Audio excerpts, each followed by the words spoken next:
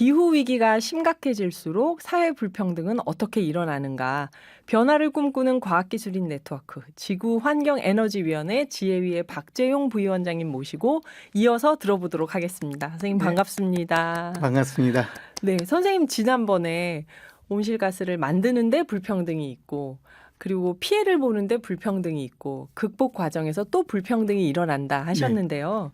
어떻게 해야 이 불평등을 해소할 수 있는가에서 극복 과정에서의 불평등도 같이 묶어서 얘기해 주실 수 있을 것 같아요. 네. 사실 우리가 네. 예전으로 돌아갈 수는 없습니다. 못 돌아가요. 에어컨 없는 시대로 못 갑니다. 에어컨뿐만이 아니라 네. 집에 있는 전자제품들을 한번 정말 생각해 보세요. 많죠. 네. 그러니까 7, 80년대만 해도 집에 네. 냉장고가 제 키보다 작은 조그만 2단 냉장고 정도였거든요. 네네. 그럼 지금 제 키보다 크고 양쪽으로 여는 양문형 냉장고잖아요. 네. 근데 그것도 부족해서 또 김치 냉장고 따로 네, 쓰고 네. 그다음에 뭐 돈이 좀 여유가 있는 분들은 와인 냉장고 따로 있고 네. 화장품 냉장고도 따로 있고 전자제품이 굉장히 많아졌어요. 네. 이러다 보니까 우리가 사용하는 전기량이 예전에 비해 2배, 3배 늘어난 것 같다 이거죠. 그런데 야 우리가 지금 기후위기니까 네. 다시 옛날 그 조그만 냉장고만 가지고 살자라고 얘기할 수 없잖아요. 결국 우리가 기후위기를 극복하는 방법은 네.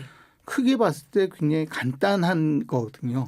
간단할까요? 어떻게? 재생에너지를 늘려서 네네. 화력발전소를 줄이고 문을 닫고 없애고. 네. 그다음에 전기차를 쓰고 네. 그다음에 대중교통을 잘 이용할 수 있도록 시스템을 만들고 그다음에 산업 부분에서도 이제 화석 연료 쓰던 거를 안 쓰고 재생에너지로 바꾸고. 이렇게 바꾸는 거죠. 네. 근데 이거 다 돈이에요. 예를 들어서 우리나라 전체 온실가스 발생량의 네. 10%를 내놓는 데가 있어요. 상위 소득. 아니요. 그러면요? 포스코 회사 하나야.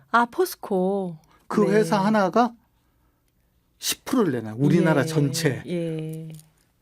전기를 갖다 쓰는 걸 빼고도 그것만 가지고 되거든요. 철강 산업이 탄소를 많이 배출하니까. 예. 네. 그럼 포스코가 안 배출하려면은 네. 어떻게 해야 되냐면 수소를 이용하고 전기를 이용해야 되는데요. 이러는데 돈이 한 3, 40조 원이 들어가요. 더 들어간다. 네. 굉장히 큰 돈이죠. 네. 그다음에 저번에 제가 잠깐 얘기했던 그 분산전원 얘기했는데요. 네네. 이 분산전원을 하려면은 필수적으로 들어간 게 뭐냐면 에너지 저장 장치를 각 지역마다 설치를 해야 됩니다. 그러면 각자 개인이 생산한 에너지가 거기 모일 수 있도록 하는 그렇죠. 건가요? 그다음에 많이 생산할 때 저장을 해뒀다가 네. 모자랄 때 내놓는 거죠. 전기 자동차만 가지고 되는 게 아니거든요. 네네. 그다음에 전력망도 더 고도화 시켜야 돼요. 그럼 이렇게 분산 전원으로 바꾸는데도 몇십 조가 또 들어가요. 네. 그다음에 대중교통망을 새로 정비하는데도 또 몇 조씩 들어갈 거거든요. 네. 그러니까 우리나라 전체로 보게 되면은 OECD나 이런 데서 이제 계산했던 자료 보면은 1년에 한 15조에서 20조씩 계속 투자가 돼야 된다라고 네. 얘기를 하고 네. 있어요. 2050년까지. 1년에. 1년마다. 네. 한 나라에서.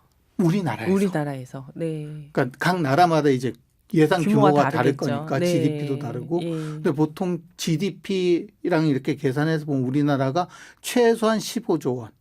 좀 많으면 한 20조 원에서 25조 원 정도를 써야 된다. 그럼 그 돈 어디서 나오겠어요? 세금 아닌가? 누군가가 내야죠. 네네. 빚을 질 수는 있는데 우리나라는 네. 사실은 나라 빚은 좀 적어요. 국민의 빚은 많은 편이고 나라 빚은 좀 그게 적은데. 좋은 구조인지는 잘 모르겠어요. 나라 근데 빚이 적고 외국에 개인 빚이 비해서 많은 게. 다른 선진국에 비해서 굉장히 작기 때문에 네. 빚을 더 질 수 있는데 어차피 빚도 갚아야 될 거라고 네네. 생각하면은 결국 세금에서 나가야 되잖아요. 네. 그럼 이 세금을 내는 걸로 책임을 져야 된다 이거죠. 아까가 아니죠. 저번 시간에 네. 제가 기후위기를 극복하는 과정에서 이제 불평등이 불평등이 생긴다. 나타난다. 네. 이 불평등에서 어떻게 해소할 거냐. 여기서 나오는 얘기입니다. 우리나라가 지금 1인당 탄소 배출량이 네. 1년에 평균 14.7톤 정도 냅니다. 네. 5천만 명이. 그럼 5천만 명이 모두 다 14.7톤을 낼까요? 아니죠. 아닙니다. 아니죠. 적게 내는 사람 있고 많이 내는 사람 있죠. 네. 우리나라 정부의 목표는 아닌데 네. 그 국제적으로 합의한 이 목표에 따르면은 2030년까지 우리나라의 온실가스 배출량을 절반으로 줄이자라고 얘기를 하고 있습니다. 7톤 안팎인가요? 그러면 7.5톤? 14.7톤이니까 약 7.3톤 정도까지 네. 줄여야 됩니다. 평균. 예. 그런데 저번 시간에 제가 우리나라에 못 산다고 얘기하면 좀 그렇죠. 저소득 50%는 네. 10%밖에 안 낸다고 말씀드렸잖아요. 예. 이분들은 지금도 7.3톤을 안 내요. 더 아낄 것도 없는 건가요, 그러면? 그렇죠. 6.6톤을 내고 있어요. 현재.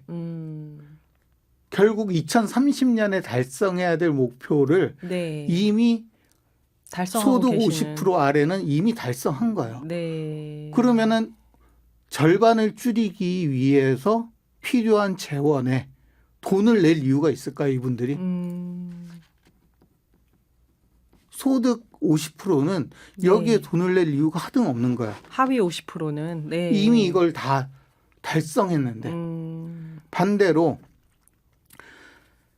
상위 10%는 네. 아까 한 사람 연봉 1년, 예, 1년 연봉 1억 이상이나 1억 한 2, 5천, 3천 정도 됐는데요. 네. 그동안 우리나라 또 소득이 좀 올랐어요.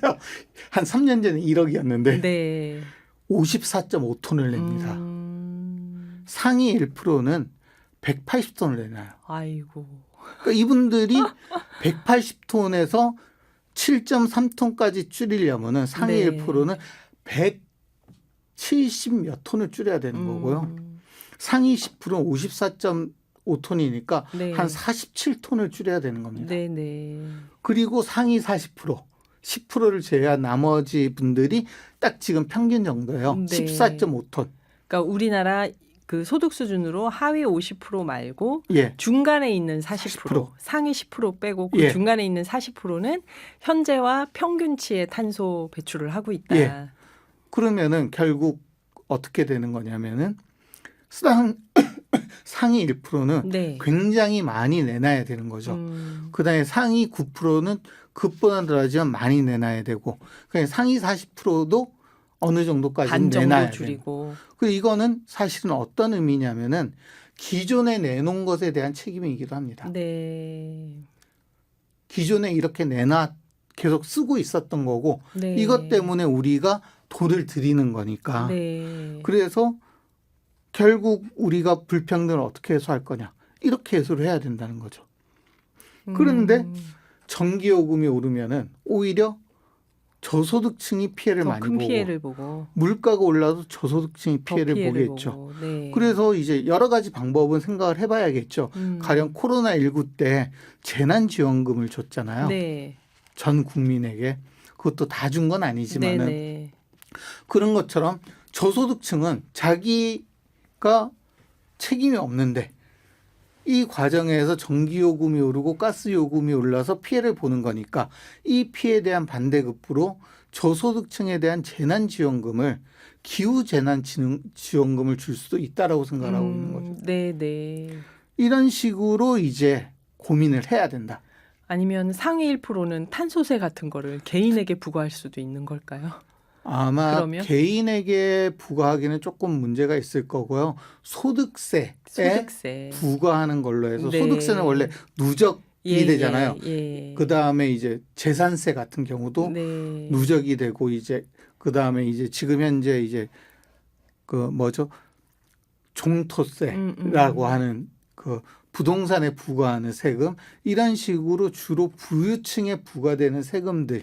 그 다음에 여기 또 하나가 법인세 부분이 네. 되겠죠. 그러니까 기업들이 내는 세금인데 아까 말씀드린 것처럼 중소기업은 별 책임이 없습니다. 네. 그러니까 대기업이 이제 법인세라든지 이런 쪽 측면에서 아무래도 이전보다 더 많은 탄소 분담금을 내야 탄소 된다. 분담금을 내놔야 된다라고 생각을 하고 있습니다. 그래서 이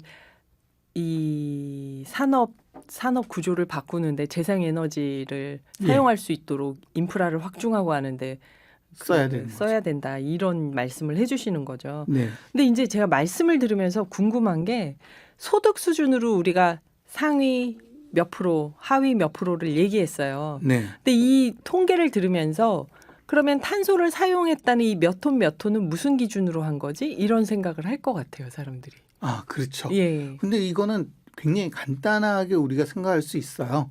가령 40평 아파트에 사는 분하고 18평 아파트에 사는 분은 이미 살고 있는 곳부터 이산화탄소 발생량이 차이가 납니다. 아, 전기나 난방이나 여러 다 가지가요. 그렇죠.